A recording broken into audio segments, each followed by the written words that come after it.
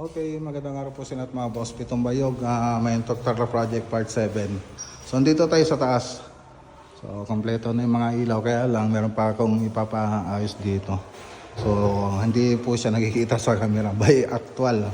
So, papayos po natin tong aluminum profile kasi hindi siya naka 45. Tsaka, mayan, marami pa. Tapos yung mga wall, hindi pa maayos yung mga pagkakamasilya niya. So yan pa yung mga hindi pa naayos dito. So gusto kong pulido muna nila itong sa taas bago tayo punta dun sa baba.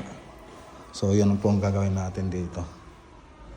Ayan no. So dito ayan ikabit na yung PVC ceiling panel, aluminum profile. So tatanggalin nila yan tapos ayusin. So hindi maganda yung pagka-install nila. Tapos dito, nilagay na rin yung PVC ceiling panel dito. Tapos yung aluminum profile, tsaka mga cornisa. So, okay na rito. So, yun lang. Yung mga kanton na ganyan, hindi pa naayos. Tapos dito, meron pang may ilalagay dito na floated panel.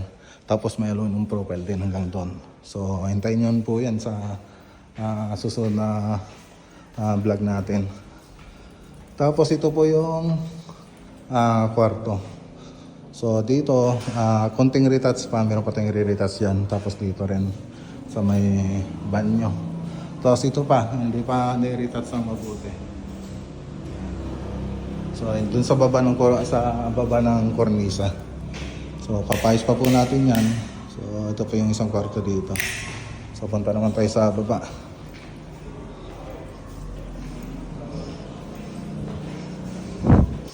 Dito sa baba,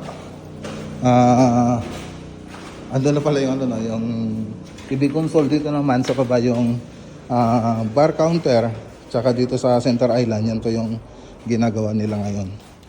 So ayan, okay. Tapos ito yung ibang sa isang kwarto. Ito naman yung isang kwarto. Tapos ito yung sa may CR. So halos masilya pa lang po yung ginawa nila rito. Wala pang primer. Okay. So dito, inaayos na rin nila dito. Okay. So yan lang yung update dito. So i-update ko po kayo sa susunod na punta natin dito. Magandang araw po. God bless.